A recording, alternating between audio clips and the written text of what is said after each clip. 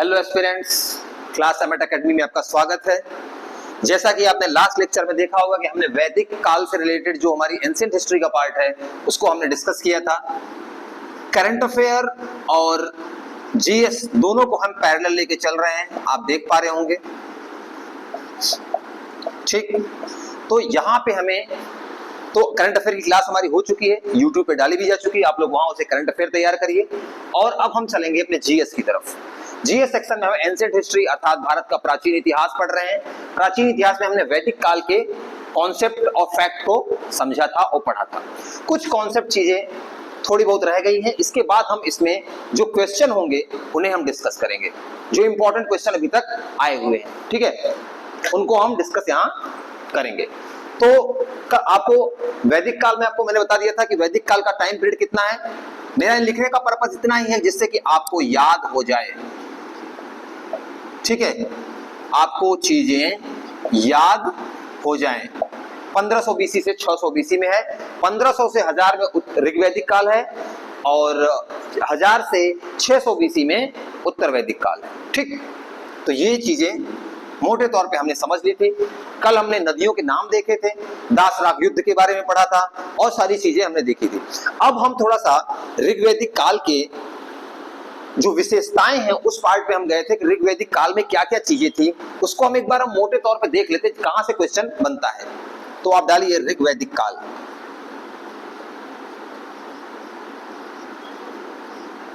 ऋग्वैदिक काल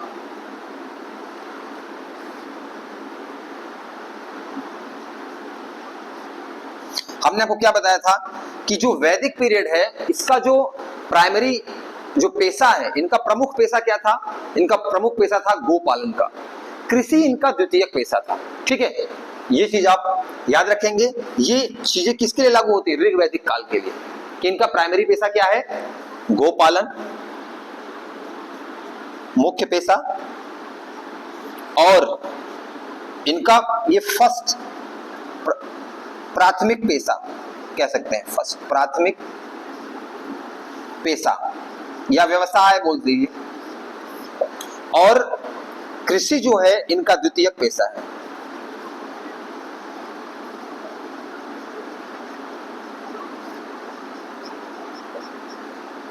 कृषि इनका द्वितीयक पेशा है, ठीक है, इनका द्वितीयक पेशा है। अच्छा, मैंने ये बताया था कि जो गोवंश है कितना इनके लिए महत्वपूर्ण है, इसीलिए वो सारी चीजें बोली गई।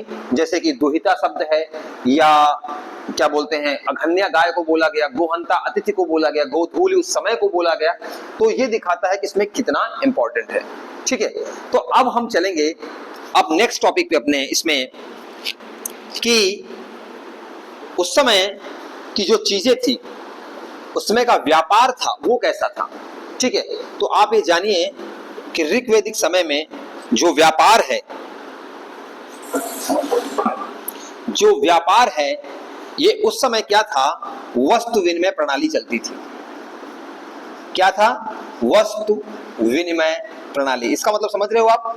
इसका मतलब होता है कि वस्तु के बदले वस्तु का लेन देन करना। जैसे कि मुझे मान लीजिए मुझे चावल चाहिए और मेरे पास है गेहूं, तो मैं क्या कहूंगा? उनको बोलूंगा कि इतना गेहूं ले लीजिए, इतना चावल दे दीजिए। या मेरे पास मान लीजिए दूध है और सामने वाले के पास आम है, तो बोलेगा आम इतना आप ले लीजिए, दूध हमें इतना दे दीजिए। तो ये क्या हो गया? वस्तु विनिमय, मतलब वस्तुओं के लेन देन के वस्तुओं के द्वारा परचेजिंग करना। जैसे कि अभी हम क्या करते हैं, हमारे पास पैसा है तो इसे ये होता है कौन सा? मौद्रिक विनिमय प्रणाली। कि हमने पैसा लेके गए दुकान पे और उनको 50 रुपया दिया, हमने टॉफी या जो भी में लेना था ले लिया। लेकिन वस्तु विनिमय प्रणाली में क्या होता है? सामान के बदले सामान खरीदा जाता है। उस समय क्यों ऐसा क्यों था? क्योंकि उस समय तक मुद्रा की संकल्पना नहीं थी। उसमें मुद्रा, इसमें स्टार्टिंग पॉइंट में मुद्रा की संकल्पना नहीं थी, वस्तु विनिमय प्रणाली ही थी। ठीक है, इसको नोट कर लीजिए आप लोग, वस्तु विनिमय प्रणाली थी।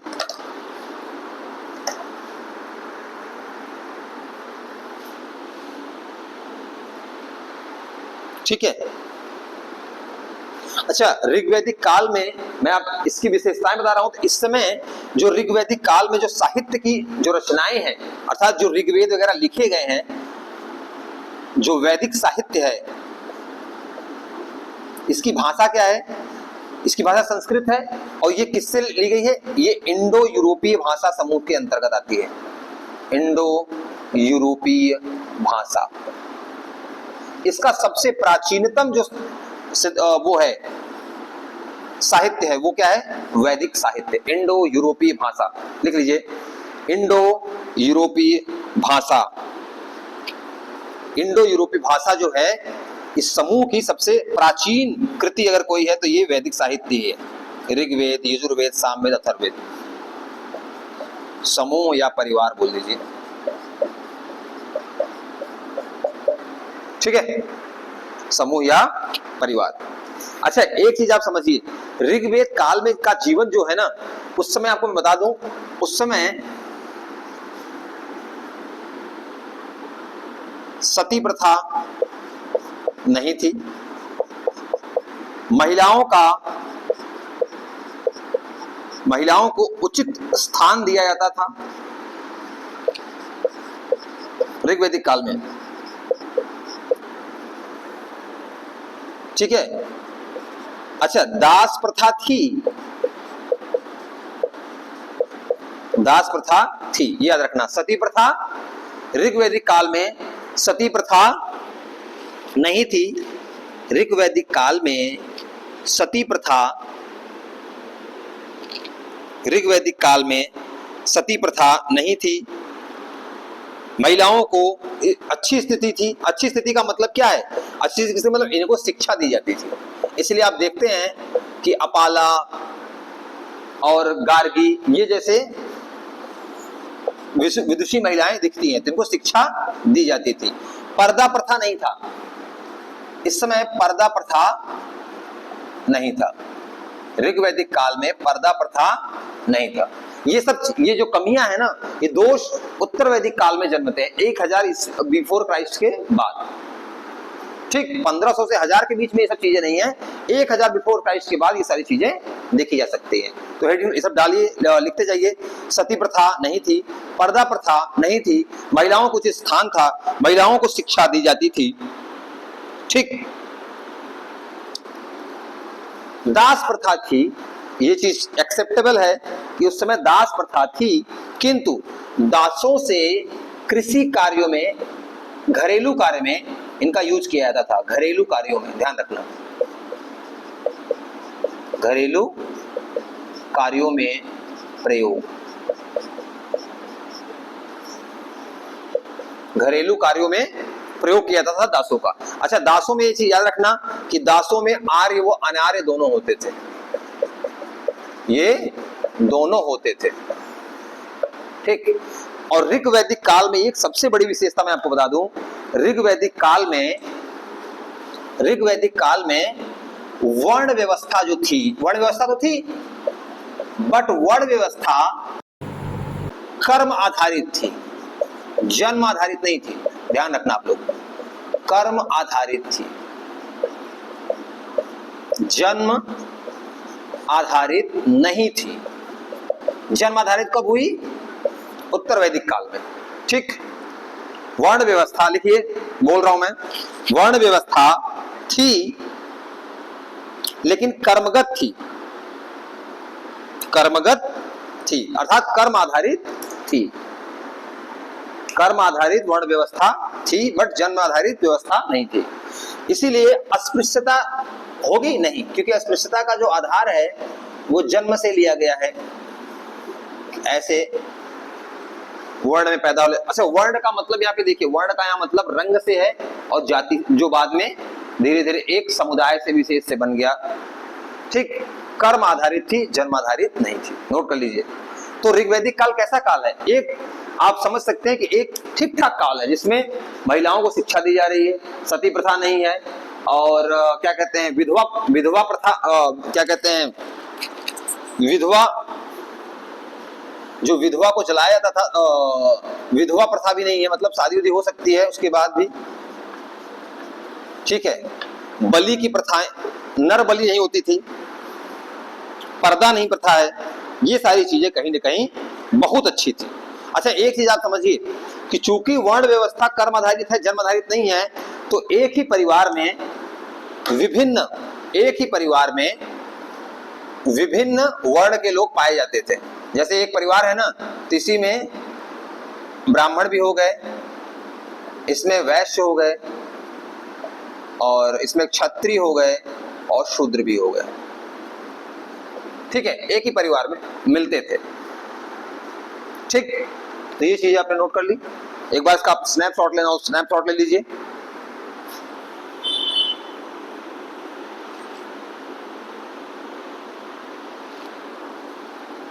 ठीक है, हो गया। अच्छा, ऋग्वैदिक काल में ये तो मैंने आपको बता दिया क्या, कि ये उस समय की जो सामाजिक विशेषताएं थी। ठीक है, अब हम बात करेंगे ऋग्वैदिक काल के धार्मिक विशेषताएं। धार्मिक विशेषताएं आप डालिए हेडिंग,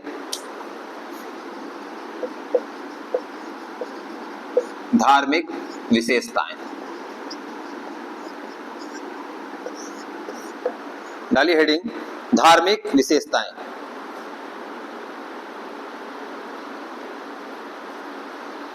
तो आपको मैंने पहले भी बता रखा है कि धार्मिक विशेषताओं में उस समय का क्या कहते हैं, उस समय जो प्रार्थनाएं की जाती थी ऋग्वैदिक काल में, वो किसके लिए की जाती थी? पुत्र प्राप्ति, संसाधन प्राप्ति, इन सब चीजों के लिए। ठीक है, कि अनाज बढ़िया हो गए, बारिश हो, ठीक है, हम रोग मुक्त रहें, ऐसी ये उद्देश्य रहता था पूजा करने का। उद्देश्य इस समय था पुत्र प्राप्ति, संसाधन प्राप्ति, ये सब चीजों की, भौतिक सुखों की कहीं ना कहीं बात होती थी। भौतिक सुख, अगर इसको कह लें युद्ध में विजय, क्योंकि युद्ध में विजय करेंगे तभी तो ताकतवर बनेंगे, विस्तार होगा, संसाधन बढ़ेंगे। तो ये सब चीजें क्या थी? ये सब चीजें थी, उद्देश्य ये रहता था, अर्थात भौतिक संसाधनों की प्राप्ति होती। भौतिक संसाधनों के लिए सारी चीजें की जाती थी। ठीक है, अच्छा, ये चीज ध्यान रखना, पूजा की पद्धति कैसी थी? तो पूजा की पद्धति जो थी, आप याद रखिए, उस समय प्रार्थना पे ज्यादा बल दिया जाता था ऋग्वैदिक काल में, और यज्ञ होते थे लेकिन वो कर्मकांड रहित होते थे। कर्मकांड रहित यज्ञ जो होते थे वो कर्मकांड रहित होते थे, जो कि उत्तर वैदिक काल में नहीं होंगे, वहां कर्मकांड हावी हो जाएगा। ठीक है,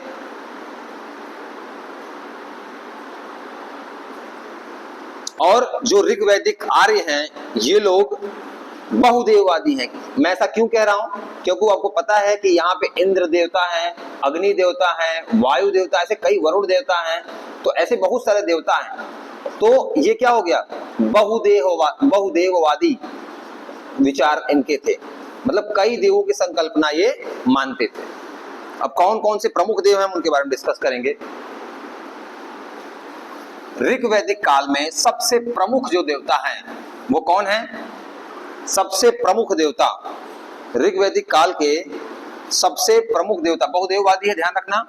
सबसे प्रमुख देवता कौन है? सबसे प्रमुख देवता हैं इंद्र। इंद्र सबसे प्रमुख देवता हैं। क्या है? सबसे प्रमुख देवता हैं। इनको युद्ध का देवता या वर्षा का देवता भी कहा जाता है। का भी कहा जाता है, और इनको कहा गया है पुरंदर।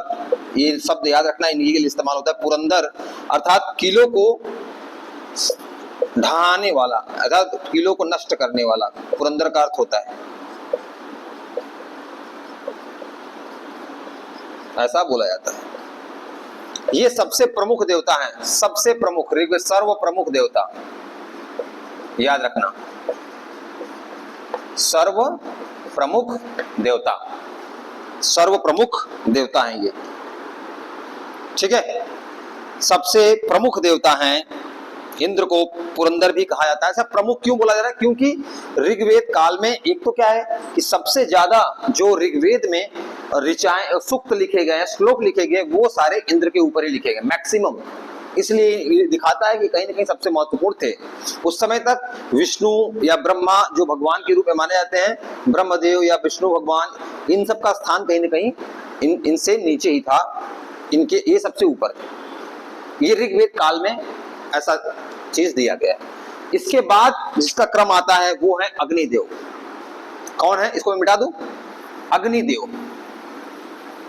अग्निदेव,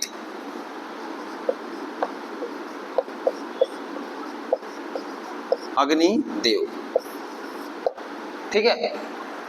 इसके बाद क्या है, अग्निदेव। अग्निदेव सेकंड सबसे प्रमुख देवता हैं। इनको बोला जाता है कि मनुष्य और देवताओं के बीच में ये संपर्क बनाने वाले हैं, मनुष्य व प्लस देव के बीच में संपर्क। ऐसा क्यों कहा जा रहा है, क्योंकि उस समय ऋग्वैदिक काल में यह विश्वास था कि जैसे ही यज्ञ में हम हवन डालते हैं, जैसे उसमें हम सामान जो भी डालते हैं, चाहे घी हो, गुड़ हो, जौ हो, तो वो अग्नि के माध्यम से देवताओं तक पहुंचता है। इसलिए इनको बोला जाता है अग्नि व मतलब मनुष्य व देवताओं के बीच में मध्यस्थ की भूमिका निभाने वाले, ठीक हो गया। फिर बात आती है तीसरे देवता की, सोम देवता। जैसे मैंने आपको बोला था ना, सोम की चर्चा किस मंडल में की गई है बताइए जरा, 9वें मंडल में, ठीक। सोम देवता ये वनस्पतियों के देवता है।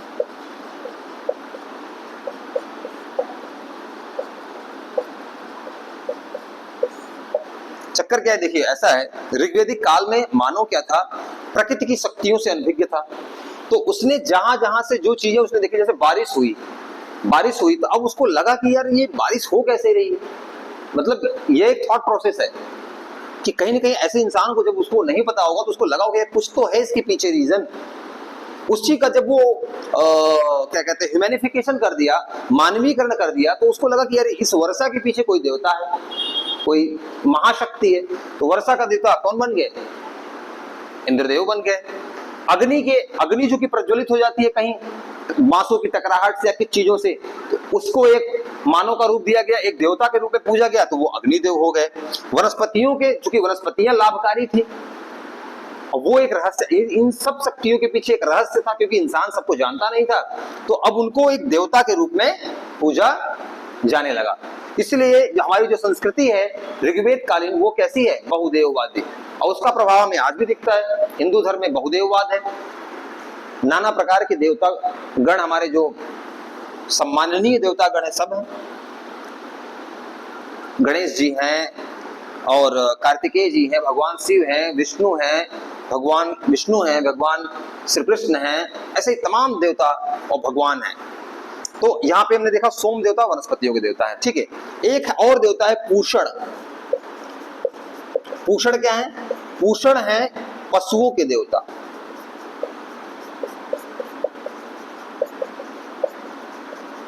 पूषण कौन है, पशुओं के देवता।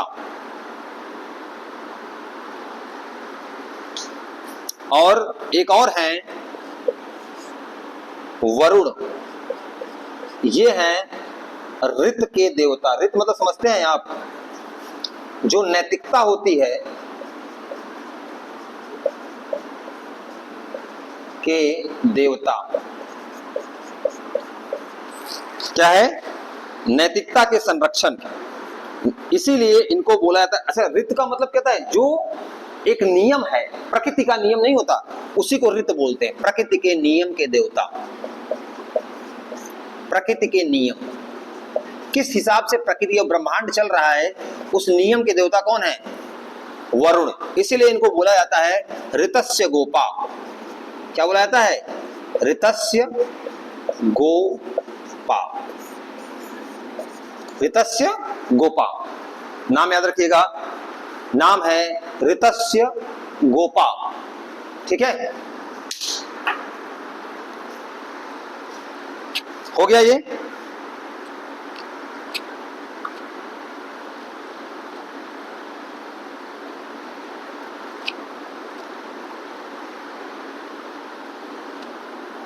ये हो गया। तो यहां पे हमने ऋग्वेद कालीन चीजों की चर्चा की। अब हम चलेंगे उत्तर वैदिक कालीन समाज में कि वहां पे चीजें कैसे होती थी और कैसे घटती थी, ठीक है। उत्तर वैदिक काल, अब डालिए उत्तर वैदिक काल। इसके बाद हम जहां इसको कंप्लीट करके उसके बाद इसके सारे क्वेश्चन हम डिटेल में डिस्कस करेंगे, ठीक है, जिससे आपका पूरा तैयार हो जाएगा। मैं आपको बता रहा हूं, टेंशन लेने की जरूरत नहीं है, बिल्कुल रेडी करा देंगे आपको ऐसा कि एग्जाम का कोई क्वेश्चन छूटे नहीं आपका, चाहे वो यूपीएसआई हो, चाहे यूपी पुलिस का कोई एग्जाम हो, चाहे वो दिल्ली पुलिस का एग्जाम हो, आपका एक भी क्वेश्चन छूटेगा नहीं। इतनी तैयारी आपको हम करा के भेजेंगे यहाँ से। आप लिखिए उत्तर वैदिक काल।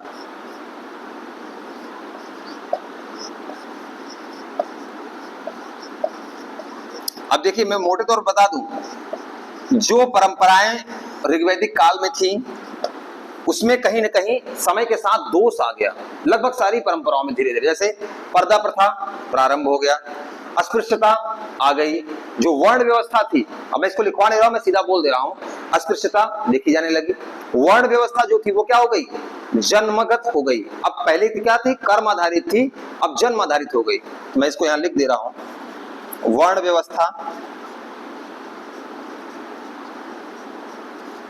क्या हो गई, जन्मगत हो गई।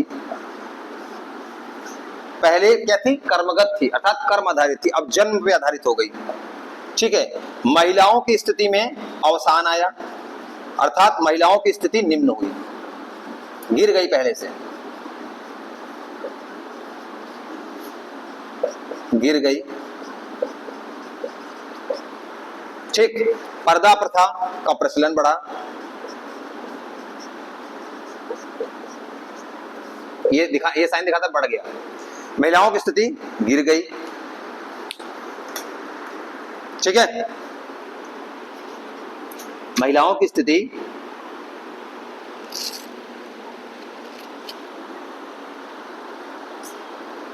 गिर गई। अच्छा, वर्ण व्यवस्था में ये चीज याद रखिएगा, इसमें हुआ क्या कि ब्राह्मण, क्षत्रिय, वैश्य, इनको कहा जाता है द्विज। द्विज, इनको यज्ञोपवीत पहनने का अधिकार था, और उस समय शूद्र को यह अधिकार नहीं था, इसलिए इन्हें द्विज में शामिल नहीं किया गया था, ठीक है। नोट कर लीजिए, ब्राह्मण, क्षत्रिय, वैश्य को द्विज कहा जाता था।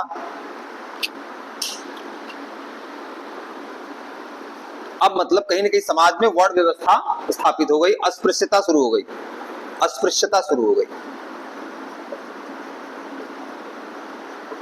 अस्पृश्यता प्रारंभ हो गई, बढ़ गई, ठीक है।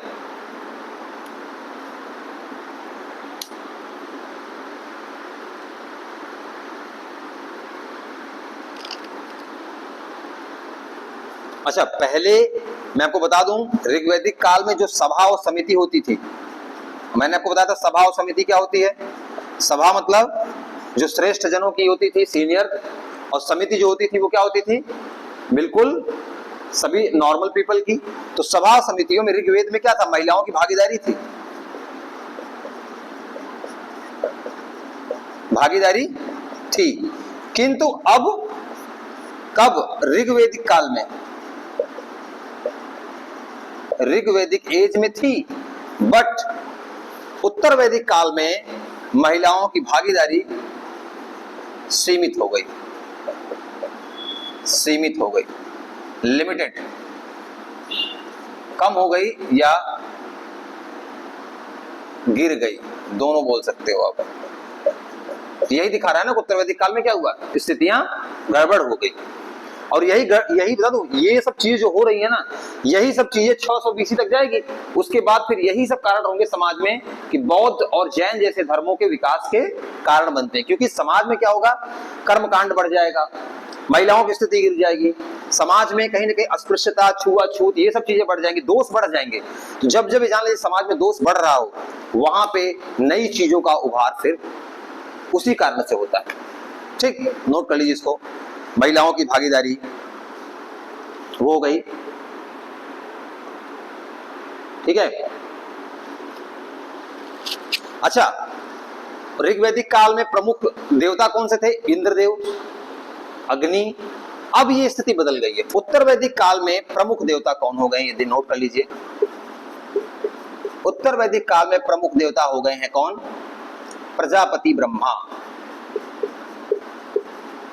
ब्रह्मदेव जी अब हो गए हैं प्रमुख देवता, और इसके साथ विष्णु जी भी और शिव जी भी, ये सब हो गए हैं क्या? प्रमुख देवता। अब इंद्र का लेवल अब वो नहीं रहा जो ऋग्वैदिक काल में था। लिख लीजिए, प्रजापति ब्रह्मा सर्वोच्च देवता, और उसके पश्चात विष्णु और महेश आते हैं। ठीक है। पूजा पद्धति कैसी रही? देखिए, पूजा पद्धति में आपको बता दूं कि पूजा में अब यज्ञ प्रमुख था, प्रार्थना उतना तो कम हो गई, और इसमें कर्मकांड सबसे ज्यादा हो गया।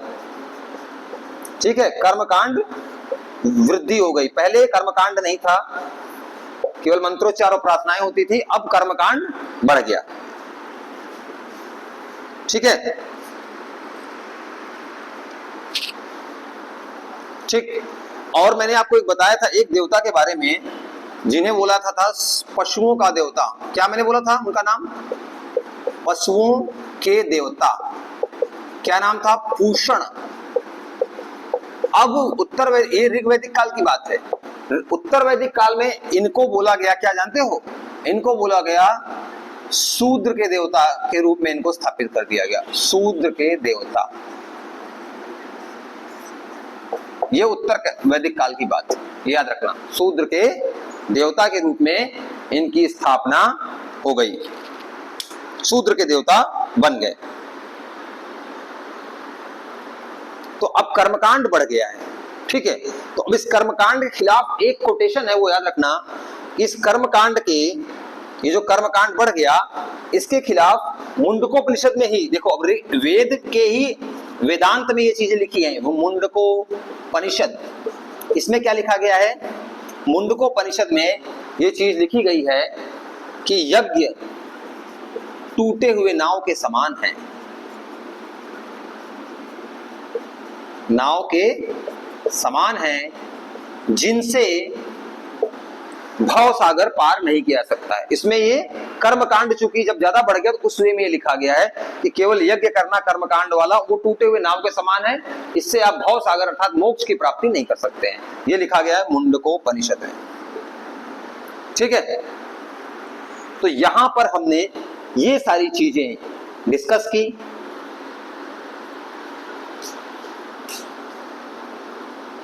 अब हम इससे रिलेटेड कुछ क्वेश्चन देखेंगे जिससे कि आप ये पूरा टॉपिक आपका कंप्लीट हो जाए। ठीक, तो आप कॉपी पेन लेके हो जाइए रेडी। अब हम चलेंगे इसमें क्वेश्चन डिस्कशन की तरफ। मेरे पास प्रीवियस ईयर क्वेश्चन पेपर है, मैं उसको मैं पीडीएफ फॉर्मेट में बना के मोबाइल में लाया हूं, और वो आपसे जल्द फटाफट हम डिस्कस करेंगे, जिससे कि आपका जो अगर मान लीजिए कोई कॉन्सेप्ट या फैक्ट छूटा है वो उसमें इंक्लूड हो जाएगा, और आपकी तैयारी एकदम मजबूत हो जाएगी।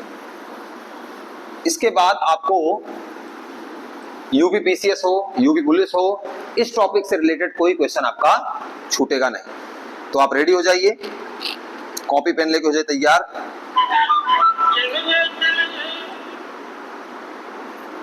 आपका अब चलते हैं हम क्वेश्चन डिस्कस करने।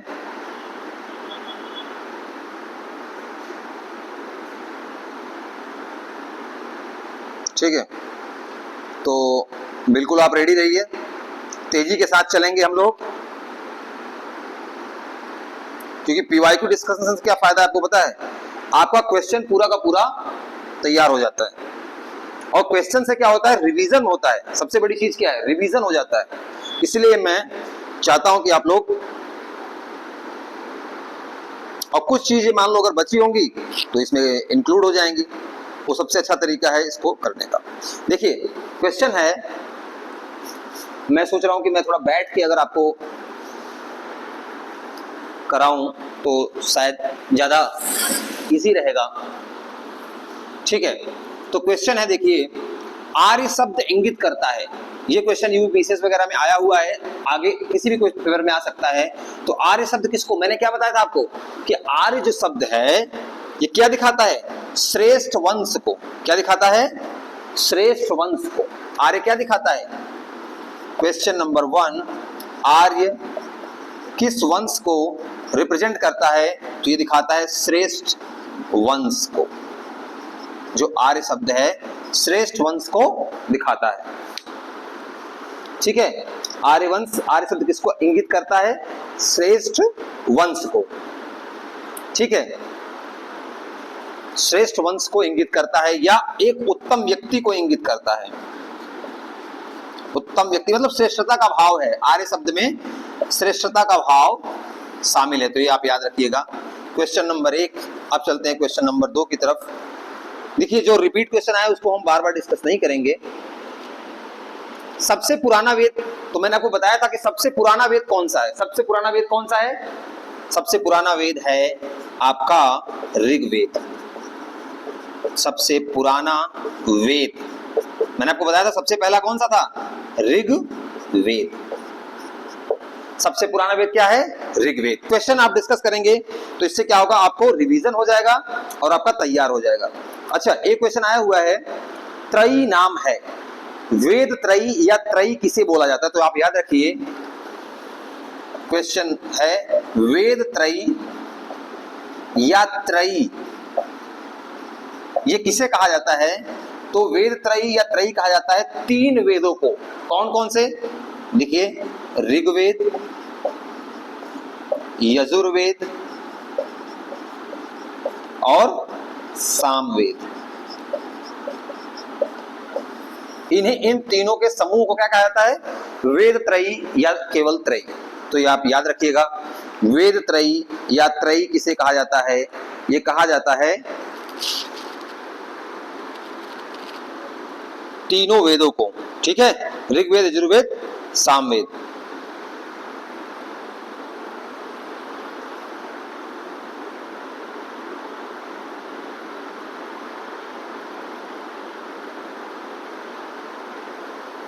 ठीक, अब अगले क्वेश्चन पे आते हैं। कहता है कि वर्ण शब्द, क्वेश्चन है ये, कई बार आया हुआ है, वर्ण शब्द का सर्वप्रथम उल्लेख कहां मिला? मैंने आपको अभी डिस्कस किया था, वर्ण शब्द का उल्लेख कहां मिला है? तो आपको पता है कि ये मिला है ऋग्वेद के। मैंने कहा था ना, वर्ण व्यवस्था की चर्चा कहां की गई है? तो ऋग्वेद के। पहली बात तो हो गया कि वर्ण का उल्लेख सर्वप्रथम कहां मिला है? वर्ण का उल्लेख तो ये मिला है ऋग्वेद में। कहां? ऋग्वेद में। अब ऋग्वेद के अंतर्गत देखा जाए तो वो मिला है 10वें मंडल के पुरुष सूक्त में। किसमें? पुरुष सूक्त में। इसमें वर्ण व्यवस्था की चर्चा की गई है, वहां वर्ण शब्द आया है। वर्ण का देखो 2 अर्थ होता है, याद रखना आप लोग, मैं बता दूं आपको। 2 अर्थ होता है, एक होता है रंग कि गौर है या श्यामल है रंग, उसके लिए। दूसरा होता है व्यवसाय चयन के लिए। ठीक है, दोनों अर्थ इसके होते हैं। और यही वर्ण व्यवस्था जो कि ऋग्वेद काल में क्या थी, मैंने आपको भी बताया, जन्मगत थी अर्थात कर्माधारी थी। सॉरी, ऋग्वेद में, ऋग्वेदिक कालीन समय में, ऋग्वेद काल में जो वर्ण व्यवस्था थी वो क्या थी? कर्माधारित थी, जो कि उत्तर वैदिक काल में दोषों के कारण क्या बन जाती है? जन्म आधारित। ठीक है, इसको नोट कर लीजिए। वर्ण व्यवस्था ऋग्वेद के 10वें मंडल के पुरुष सूक्त में सर्वप्रथम मिलता है। ऋग्वेद में मिलता है, तो आप जान रखिए। और यहीं पे शूद्र शब्द पहली बार मिला है, ध्यान रखना। शूद्र शब्द यहीं पे मिला है, शूद्र शब्द। अच्छा, शूद्र शुद्ध ऐसे लिखा जाएगा, शूद्र होता है बड़ा शूद्र। ठीक है, ये 10वें मंडल के पुरुष सूक्त में मिलता है। यहां तक हो गया क्वेश्चन। देखिए, क्वेश्चन के तरीके से क्या होगा, आपका रिवीजन भी हो जाएगा और क्वेश्चन भी आप जान जाएंगे कि कैसे क्वेश्चन पूछे जाते हैं। ठीक है, अब अगला क्वेश्चन है, देखिए अब इसी से रिपीट क्वेश्चन है। देखिए कैसा पूछा गया है, पुरुष सूक्त मूलतः पाया जाता है। अब अगला क्वेश्चन एक है कि जो पुरुष सूक्त है यह कहां पाया जाता है? तो कहां पाया जाता है? किस वेद में पाया जाता है? अब देखिए, एक क्वेश्चन से दो क्वेश्चन बनाना कि ऋग्वेद के 10वें मंडल के पुरुष सूक्त में शूद्र शब्द की चर्चा की गई है और वर्ण का जो पहली बार उल्लेख किया गया है वो ऋग्वेद में किया गया है, वर्ण व्यवस्था। ठीक है, तो अब अगला क्वेश्चन क्या पूछा, पुरुष सूक्त कहाँ पाया जाता है, किस रचना में है? पुरुष सूक्त कहाँ है? ऋग्वेद में। बस उल्टा कर दिया क्वेश्चन को। ठीक है, तो यही चीज है। तो ये हो गया क्वेश्चन आपका, ये पीसीएस में आया हुआ क्वेश्चन है। मैं चाहता हूं कि आपका जब आपका तैयार हो ना तो इस लेवल तक तैयार हो कि आपका पीसीएस हो, यूपी पुलिस हो, यूपीएसआई हो, कांस्टेबल हो, अभी दिल्ली कांस्टेबल में भी वैकेंसी आ गई है। आपका लेवल ऐसा हो कि आप कोई एग्जाम आए और वैदिक काल से आए तो आप उसको पूरा करके आए। 2 क्वेश्चन आए तो 2 का 2 सही, 3 आए तो 3 का 3 सही। ठीक है ना? तो ये आप एक बार स्नैप ले लीजिए, फिर मैं आगे बढ़ता हूँ क्वेश्चन के, क्योंकि क्वेश्चन की प्रैक्टिस कराना, देखिए मैं बता दूं, हमारी संस्था का विजन यही है। हम केवल यहाँ लेक्चर देने ऐसे नहीं आते कि आपको आए और ज्ञान दिया चले गए, नहीं। हमारी संस्था का विजन है, हमारी संस्था का विजन है कि हम आपको प्रैक्टिस कराएं। क्योंकि और कोचिंगों में आपको बता दो, सच्चाई यही है, 300 400 लोगों को बिठा के एक भेड़ चाल की सिस्टम को बढ़ावा दिया जा रहा है। बच्चा इतनी भीड़ में ना तो पूछ पाता है, ना समझ पाता है, बेचारा आता है, पैसे देता, निकल जाता है। हमारे बैचेस कभी इतने बड़े नहीं बनाए जाते, हम लोग ऑफलाइन भी चला रहे हैं, उसमें एक छोटे बैचेस बनाए जाते हैं जिससे कि बच्चा हमसे डाउट पूछ सके और हम उसको प्रैक्टिस करा सके। क्योंकि एग्जाम में देखिए, वहां लेक्चर देने के लिए आपको नहीं बोला जाएगा, क्वेश्चन आपको सॉल्व करने का तरीका आपको पता होना चाहिए, किस प्रकार के क्वेश्चन आते हैं, कैसे सॉल्व करना है। इसीलिए मैं आपको यहाँ प्रैक्टिस कराता हूँ। ठीक है, चलते हैं अगले क्वेश्चन पे। और आपका जितना मैंने पढ़ाया है वो रिवीजन हो जाएगा, और कहीं कोई कॉन्सेप्ट छूटा है तो वो भी इसमें इंक्लूड हो जाएगा।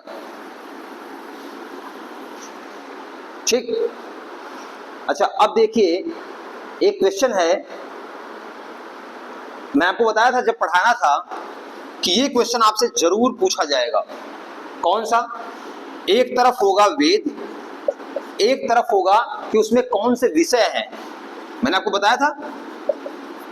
तो देखो यहां पे क्वेश्चन आ गया है, ऋग ऐसे दे रखा है, ऋग्वेद, यजुर्वेद, सामवेद और अथर्ववेद। ऋग्वेद, यजुर्वेद, सामवेद, अथर्ववेद। ठीक है, अब इसमें कह रहा है कि आप मैच द फॉलोइंग कराइए। किससे किससे कराइए? बोल रहा है कि आप कराइए ईश्वर महिमा, बलिदान, और क्या है, एक ऑप्शन और है संगीत, औषधि और संगीत। अब इसको आपको मैच कराना, एक बार आप ट्राई करिए, फिर मैं आपको बताता हूं।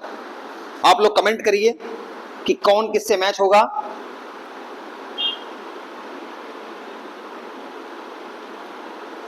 ठीक, अब उम्मीद है कि आपने ट्राई किया होगा। अब देखिए इसका आंसर, मैंने आपको क्या बताया था, देखिए जितना मैंने बताया है ना उसको आप अगर ध्यान से सुने होंगे तो क्वेश्चन सीधा सॉल्व होगा। ऋग्वेद में मैंने आपको क्या बताया था कि ईश्वर की महिमा गाई गई है, उनकी प्रार्थना की गई है, प्रशंसा की गई है, तो पहला ऑप्शन सीधा यहां मिल जाएगा कि ईश्वर की महिमा है। मैंने जब बताया था सामवेद, साम का अर्थ क्या होता है बच्चों? साम का अर्थ होता है संगीत। क्या होता है? संगीत, अर्थात जो संगीत से रिलेटेड वेद है। तो साम किधर चला गया? संगीत में। ठीक, मैंने एक चीज आपको बताई थी कि जो यजुर्वेद है इसमें क्या होता है, यजुर्वेद में यज्ञ से रिलेटेड जो कर्म कांड होते हैं वो चीजें होती हैं। तो कर्म कांड अर्थात जो बलि दिया जाएगा, बलिदान किया जाएगा, तो यजुर्वेद में क्या हो जाएगा? बलिदान। और अथर्ववेद में क्या होगा? अब 3 मिल गया तो चौथा अपने आप मिल जाएगा। अथर्ववेद में औषधि से रिलेटेड है। ठीक, ऑप्शन मैच कर गया। ऋग्वेद में ईश्वर, सामवेद में संगीत, यजुर्वेद में बलिदान और अथर्ववेद में औषधि। इसको एक बार आप स्नैपशॉट ले लीजिए, ये आपके एग्जाम में फिर से पूछा जा सकता है। और ये मैं आपको बता दूं, देखिए कितनी बार क्वेश्चन पूछा गया है। ये 1 2 कम से कम 5 से 6 बार ये क्वेश्चन रिपीट हुआ है, मैं आपको बता रहा हूं। ये बड़ा इंपॉर्टेंट, बहुत ही इंपॉर्टेंट क्वेश्चन है। ठीक है ना, तो आपको याद रहना चाहिए। अच्छा, याद करने का तरीका देखिए, किसी में स है, सामवेद, स से संगीत, स से साम, ये भी एक तरीका है। अगर नहीं समझ में आया तो ऐसे कर लो। वैसे साम का अर्थ होता है संगीत। और याद रखना, अ से क्या है? अथर्व, अ से औषधि, तो जो औषधि होगी वो अ वाले वेद में जाएगी। ऋग्वेद में आप जानते हैं कि पहली है, इसमें देवताओं की प्रशंसा और उनकी महिमा का गायन हुआ। यजुर्वेद, यजुर्वेद देखो यज जो शब्द है ना, ये यज्ञ से लिया गया है, यज्ञ। तो यज्ञ में क्या होता है? कर्मकांड होता है। तो कर्मकांड में क्या होगा भाई? उसमें कुछ दान दक्षिणा होगा या तो बलिदान दिया जाएगा पहले चीजों में, तो बलिदान हो गया, कर्मकांड हो गया। ये किसमें है? यजुर्वेद में। ठीक है, तो ये चीजें आपको याद रखनी चाहिए। अच्छा एक चीज, इस पे एक और क्वेश्चन बना हुआ देख लेते हैं, यहीं पे लगे हाथ, अब लिखा हुआ नहीं, बार बार लिखना पड़ेगा मुझे। ये क्वेश्चन आया हुआ है यूपी पीसीएस में, और यूपी के एक अपर डिविजनल असिस्टेंट का एग्जाम उसमें पूछा गया है। इसमें देखिए दिया गया है, एक दिया गया है ऋग्वेद के साथ संगीत में, कर्मकांड, तंत्र मंत्र, स्तोत्र, प्रार्थना। अब देखो जो स्तोत्र और प्रार्थना है, तो प्रार्थना इसी में चली जाएगी। मैंने आपको पहले बताया था कि प्रार्थना प्रशंसा सब इसी में की गई है। किसमें? ऋग्वेद में। और क्या दिया गया है? संगीत, तो संगीत तो हमेशा सामवेद से ही रिलेटेड है। यजुर्वेद में क्या होगा? कर्मकांड से रिलेटेड होगा। अथर्ववेद में एक चीज और नोट करिएगा, अथर्ववेद में औषधि के साथ साथ इसमें तंत्र मंत्र की भी बात की गई है। तंत्र मंत्र की बात की गई है। कहीं भी कभी भी आ जाए कि किस वेद में तंत्र मंत्र की चर्चा की गई, तो वो है अथर्ववेद। ठीक है, अथर्ववेद। और यज्ञ से रिलेटेड अगर कोई आएगा कर्मकांड बात, तो वो यजुर्वेद। ये याद रखिए, यहां से क्वेश्चन कभी आपका छूटेगा नहीं। ठीक, इसको स्नैपशॉट ले लीजिए, फिर मैं आपको आगे ले चलता हूं नेक्स्ट क्वेश्चन पे।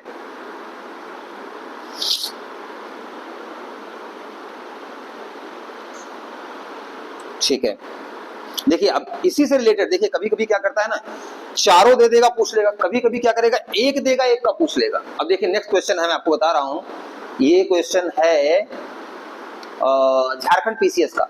ठीक है ना, इसमें क्या पूछा है?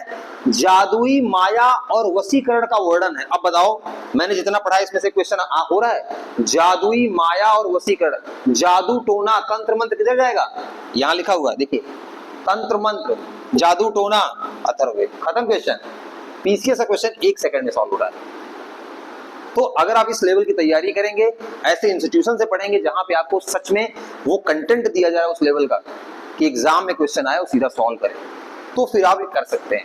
बाकी आप प्रवचन सुनने जा रहे हैं, केवल कहानी कविताएं सुनने जा रहे हैं और हंसी मजाक करने जा रहे हैं, तो फिर वहां आप उस समय तक तो आपको मजा आएगा, लेक्चर तक। लेक्चर के बाद आपके जीवन में कठिनाई आनी चालू हो जाएगी, क्योंकि जैसे आप एग्जाम हॉल में बैठेंगे फिर आपको लगेगा कि यार हमने बातें केवल कर ली, काम की बातें तो सारी छोड़ के आ गए।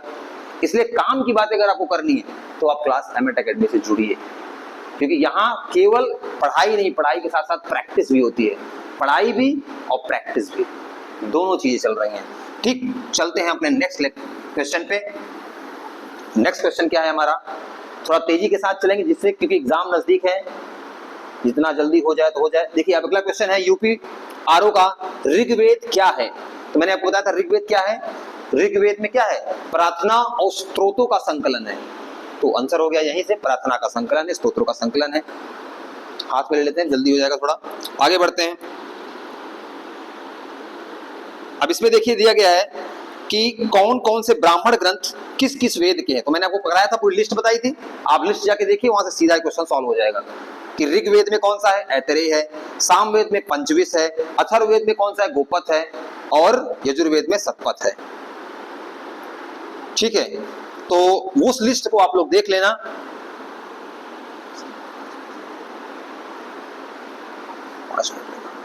ठीक है, तो यहां से उस लिस्ट को आप देख लेना। अब थोड़ा तेजी के साथ चलेंगे जिससे क्वेश्चन आपका क्लियर हो जाए।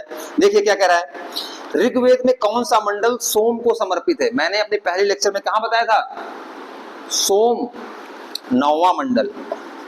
अच्छा, मैंने एक ही नहीं बताया था, इसमें कई मंडल बताए थे। तीसरा मंडल में क्या है? तीसरे मंडल में क्या है? गायत्री मंत्र की चर्चा की गई है। गायत्री मंत्र जो बहुत फेमस मंत्र है, आप जानते हैं, ओम भूर्भुवः स्वः तत्सवितुर्वरेण्यम। ये कहाँ है? थर्ड मंडल में। क्वेश्चन पूछता है किसने की है रचना, ये भी याद रखना, विश्वामित्र जी ने की है। ठीक है, 9वां मंडल, तीसरा मंडल। और 7वें मंडल में क्या है? दाशराग युद्ध की चर्चा की गई है। और 10वें मंडल में क्या है? पुरुष शब्द में वर्ण व्यवस्था की चर्चा की गई। ठीक, तो ये इंपॉर्टेंट मंडल हो गए, ये याद रखना आप लोग। क्वेश्चन यहीं पे खत्म हुआ। आगे चलते हैं। यज्ञ संबंधी विधि विधानों का पता चलता है। तो मैंने आपको बताया था यज्ञ किसमें है, यजु, यज से याद रखना यज्ञ, देखो यहाँ लिखा है यजु यज्ञ, तो जब भी आएगा यज्ञ से रिलेटेड यजुर्वेद, खटाक क्वेश्चन वहीं कंप्लीट होता है। अब आगे चलते हैं हम लोग। उपनिषदों का मुख्य विषय मैंने आपको बताया था। उपनिषद क्या है, उपनिषद का अर्थ होता है, मैंने आपको बताया था, उपनिषद का अर्थ होता है गुरु के पास निकट बैठकर ज्ञान प्राप्ति करना, वो होता है उपनिषद। तो उपनिषद में क्या होता है, ज्ञान दर्शन की चर्चा होती है, फिलॉसफी की चर्चा होती है। क्योंकि वेदों में शुरुआती दौर में क्या हुआ था, वो प्रसन्न भगवान की प्रार्थना हो रही है, ये सब चीजें हो रही है, लेकिन दार्शनिक जो चर्चा हुई है वो कहाँ हुई है, उपनिषदों में हुई है। तो ये ध्यान रखना। और उपनिषदों का एक शब्द और क्या बोलता है, वेदांत, क्योंकि ये वेदों का सबसे अंतिम भाग है, इसलिए उपनिषद को बोलते हैं वेदांत, वेद प्लस अंत, वेदांत। ठीक है।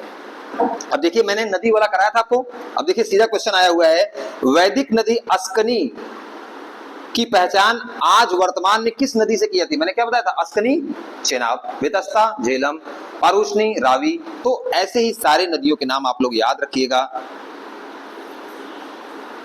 ठीक है। कह रहा है कि सर्वाधिक आरंभिक वैदिक साहित्य में सबसे ज्यादा वर्णित नदी कौन सी है। मैंने आपको बताया था सबसे ज्यादा वर्णन किसका दिया गया है, सिंधु नदी का। और सबसे पवित्र नदी कौन है, सरस्वती। तो ये आप याद रखना कि सबसे ज्यादा वर्णन किसका किया गया है, सिंधु का। सबसे पवित्र नदी कौन सी है, वो है सरस्वती नदी। ठीक है। तो यहाँ तक, यहाँ पे हमने देखा सारे क्वेश्चन लगभग हमने जो पढ़ाए हैं वो यहाँ से सारी चीजें सॉल्व हो रही हैं। ठीक। और कुछ एक क्वेश्चन देख लेते हैं। देखिए इसमें किस बोला है, वैदिक देवताओं में किसे उनका पुरोहित माना था। देखिए वैदिक देवता, देवताओं के पुरोहित मतलब जो उनकी पूजा पाठ कराने वाले हों। तो वैदिक देवताओं में आप जानते हैं कि गुरु बृहस्पति का स्थान है, तो बृहस्पति उनके पुरोहित है। ठीक। तो इस प्रकार से हमने यहाँ पे डिस्कस किया। अच्छा एक चीज मैं आपको बता दूं, लास्ट क्वेश्चन, गोत्र शब्द का सर्वप्रथम वर्णन कहां मिला है। तो मैंने आपको बता दूं गोत्र शब्द का सर्वप्रथम वर्णन मिला है आपका ऋग्वेद में, ऋग्वेद में। और गोत्र शब्द का अर्थ देखिए, क्योंकि गायों का महत्व ज्यादा था उस समय, इसलिए जो कीवर्ड बने हैं वो सब गाय से, गोत्र, जहां पर एक ही वंश की सारी गायें बांधी जाती थी उसे गोत्र कहा गया। लेकिन बाद में इसका अर्थ चेंज हुआ और वो बन गया कि अगर एक ही पुरुष, एक ही व्यक्ति से जो वंश आगे बढ़ा है उनके नाम पे गोत्र को बताया गया है। ठीक है। तो गोत्र शब्द का उल्लेख पहला ऋग्वेद में हुआ है। ठीक है। तो यहाँ पे हमने काफी क्वेश्चन देखे। आप लोग घर जाइए और जो पीवाईक्यू हो आपके पास, यूपीएसआई का हो, पुलिस का हो, यूपीपीसीएस का हो, जिस एग्जाम का तैयारी कर रहे हैं आप जाके वहां सॉल्व करिए और प्रैक्टिस करिए। प्रैक्टिस बहुत जरूरी है। ठीक है। यहाँ लेक्चर आपको ज्ञान तो देता है, लेकिन प्रैक्टिस मैदान में देखिए, आप समझ, ये जैसे क्रिकेट की आप जानते हैं कि इधर मारेंगे छक्का जाएगा, इधर चौका जाएगा, बट अगर आप ग्राउंड पे उतर के प्रैक्टिस नहीं करेंगे ना तो वो नॉलेज जमीन पे उतर नहीं पाएगी। इसलिए आप लोग प्रैक्टिस जरूर करिए। हमारी संस्था का विजन यही है कि पढ़ाई और प्रैक्टिस दोनों, पढ़ाई भी प्रैक्टिस भी, और आपका कम से कम समय में आपको ओरिजिनल और एकदम बेहतरीन कंटेंट आपको प्रोवाइड करना। ठीक। तो आप हमारे करंट अफेयर की जो सीरीज चल रही है, जीएस की जो सीरीज चल रही है, उसको अपना प्यार ऐसे देते रहें। और जो पसंद आ रहा है आपको लेक्चर उसे लाइक करें, शेयर करें, सब्सक्राइब करें। और अगर आपको ऑफलाइन हमारे यूपीएसआई, कांस्टेबल, दिल्ली पुलिस की आपको बैचेज ज्वाइन करने हैं तो यहाँ पे प्रारंभ हो चुका है। आप हमारे दिए गए नंबर पे कांटेक्ट करें। और यहाँ हमारी क्लासेस जो है वो बत्रा पे लगती है, मुखर्जी नगर के अंदर दिल्ली में, आप जुड़ सकते हैं। तब इसी बातों के साथ आज की क्लास को हम यही विराम देते हैं। मिलते हैं नेक्स्ट लेक्चर में, तब तक अपना बिल्कुल ध्यान रखिए। और जो चीजें हैं आपने स्नैपशॉट ले रखा हो, नहीं लिया तो कुछ ले लीजिए, हालांकि कुछ मिट भी गया है, आप ले लीजिए। और फिर मिलते हैं नेक्स्ट लेक्चर में। तब तक के लिए आप लोग बिल्कुल अपना ख्याल रखिए। एग्जाम नजदीक है, यूपीएसआई पे बिल्कुल फोकस रखिए। इस बार आपको एक सीट लेके ही छोड़ना है। इस संस्था में हमारी मेहनत, जितने लोग हैं, ये पूरी टीम है, ये ऐसा एक व्यक्ति की संस्था नहीं है, ये पूरी टीम है। यहाँ पे वी, हमारे जो फाउंडर जी हैं वो बोलते हैं हमारी जो टीम है वो वी कॉन्सेप्ट पे काम करती है। हम मी नहीं है, हम वी हैं, और उस वी में आप भी हैं। हम केवल, ये संस्था का केवल ये नहीं कि हम पढ़ाने वाले हैं तो वही है, हमारा स्टूडेंट भी उसी वी कम्युनिटी में आता है, क्योंकि आपकी सफलता में ही हमारी सफलता छिपी हुई है। तो इसलिए आप लोग बिल्कुल मेहनत करते रहिए और पूरा ताकत से लग जाइए, सफलता निश्चित मिलेगी। हम लोग भी आपके साथ पूरी मेहनत से लगे रहेंगे। फिर मिलते हैं नेक्स्ट लेक्चर में, तब तक के लिए जय हिंद।